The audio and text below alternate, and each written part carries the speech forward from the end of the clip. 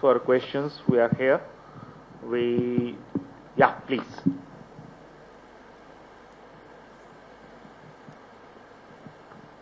Hello. My question is to Mr. Nanavati, sir. There is a provision of e-filing, the returns. Now they say within 15 days after e-filing, you have to manually file it, or a hard copy has to be given.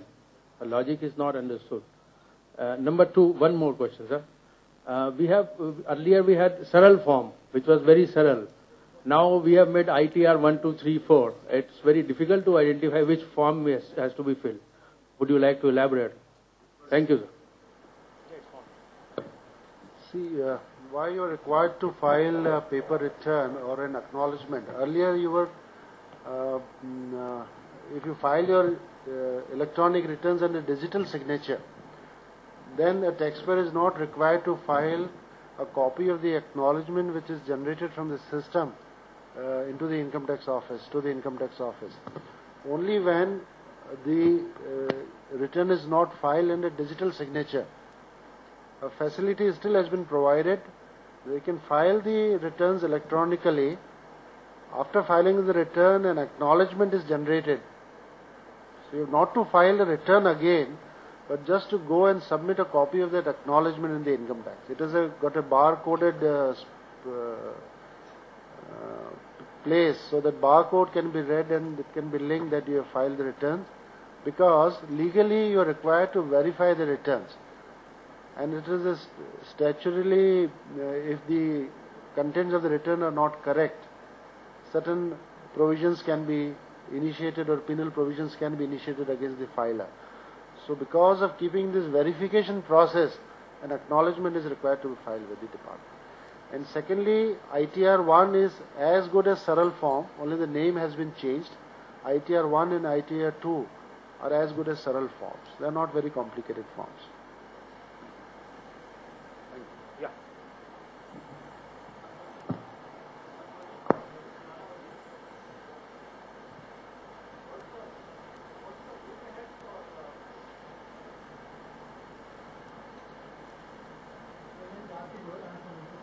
What's the look ahead for income tax department now? So much computation has been done, different databases are there.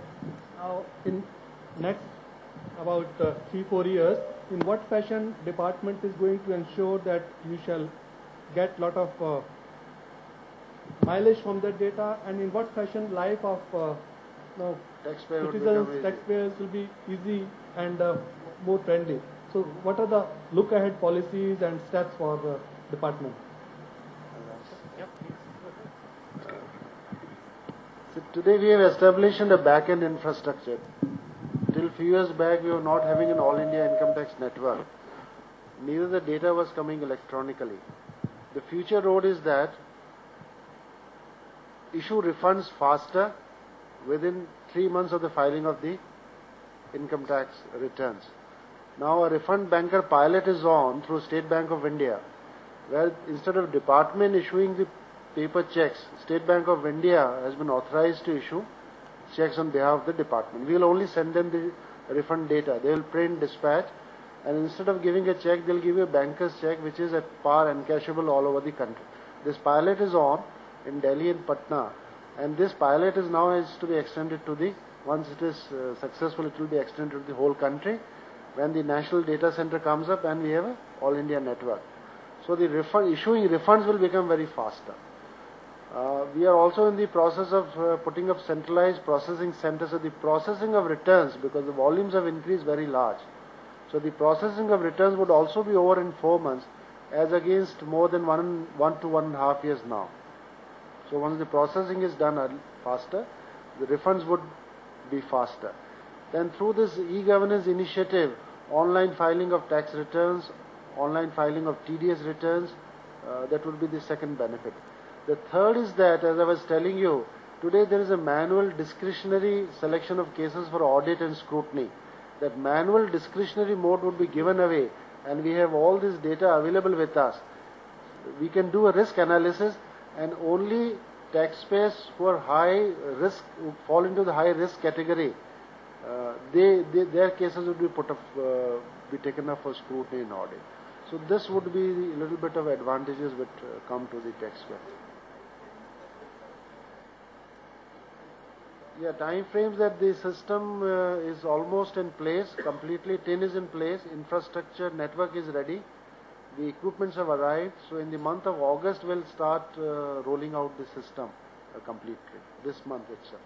Let me just add to, because there was a question from this side as well as from your side, that the volume of transactions in case of income tax is so high, and the cross-section of stakeholders who are there, and unless you build in a non-repudiation system, use of DSC, and expecting that range and cross-section of return filers to procure DSC and file it with DSC, I think this transition will take time, and it will have to be managed in a graded fashion.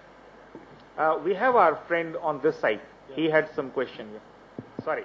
Yeah, I have a question on your DIN. What is the future of DIN? Is this a temporary arrangement, or you will continue with the DIN? Because as you have yourself said that the PAN number could have been used for DIN. And regarding by default, and like the people zone which the PAN number is not applicable, they could have been given a DIN number. So the duplicacy could have been avoided. And further, there was a plan for a 14-digit national ID number. Is it still the plan is there, and all the codes are going to merge in future? All this multiple code arrangement will continue?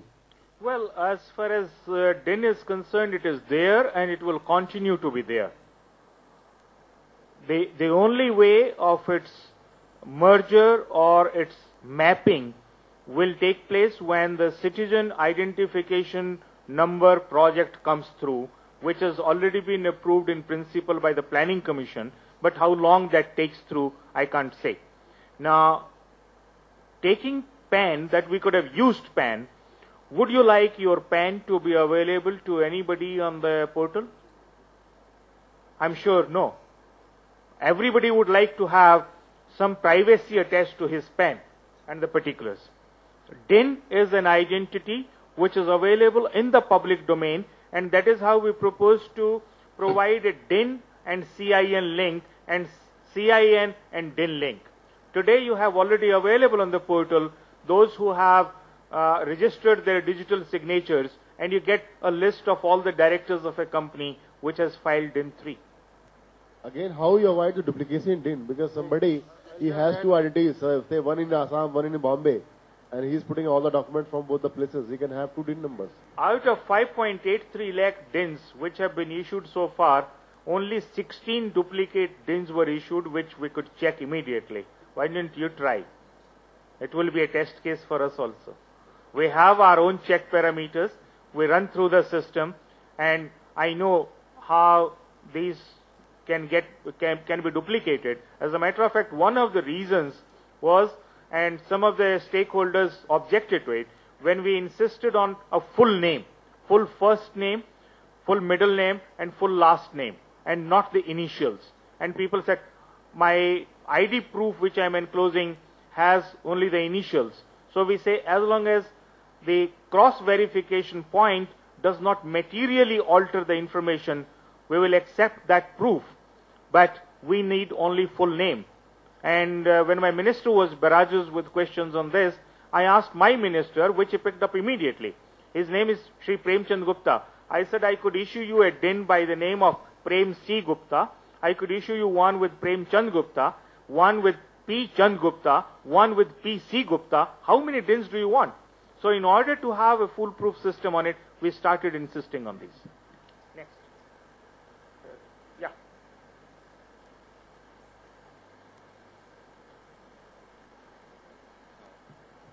Okay. My name is Hwang Bo from Korea. I would like to ask some question. Mr. Kiari Rashi Agrar from Singapore. I admit that the G2B system is particularly important, and most of services based on G2B is more